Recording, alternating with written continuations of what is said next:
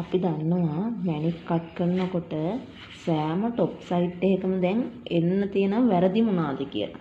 ඒ වගේම top side එක තියෙන්න ඕනේ විදිහ දන්නවා. එතකොට සෑම ගලකම টොප් සයිඩ් එක අපි කියනවා මෙන්න මේ ස්ට්‍රා වල මෙන්න ස්ට්‍රා තුඩියට මේ ස්ට්‍රා තුඩිය ගානට තියෙන්න ඕනේ කියලා.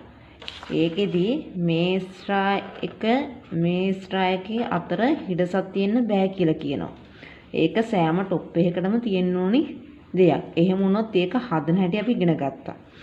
අනික් කාරණේ තමයි මේ ස්ට්‍රා එකේ මේ ස්ට්‍රා එකට මෙහිම ඇලිලා තියෙන්න බෑ කියලා තිබුණා. එහෙම ඇලිලා තිබුණොත් ඒකට කරන්න ඕනි විසඳුමත් අපි ඉගෙන ගත්තා.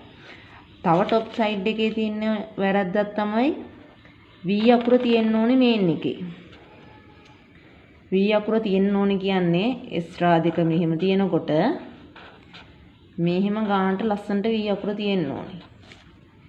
එතකොට මෙහෙම V අකුර එන්නේ නැතුව මෙන්න මෙහෙම Y වෙන ඒවා තියෙනවා. මෙන්න මෙහෙම U වෙන ඒවා තියෙනවා. එතකොට ඒවා টොප් සයිඩ් වල එන ඒවා. ඒ වැරදි හදන්න ඕනේ විදිහ අපි ඉගෙන ගත්තා. අනික් කාරණේ තමයි ගර්ල් කැපෙන්න බෑ. ස්ට්‍රා ගර්ල් කැපිලා යන්න බෑ. එහෙම Y වෙනකොට මෙන්න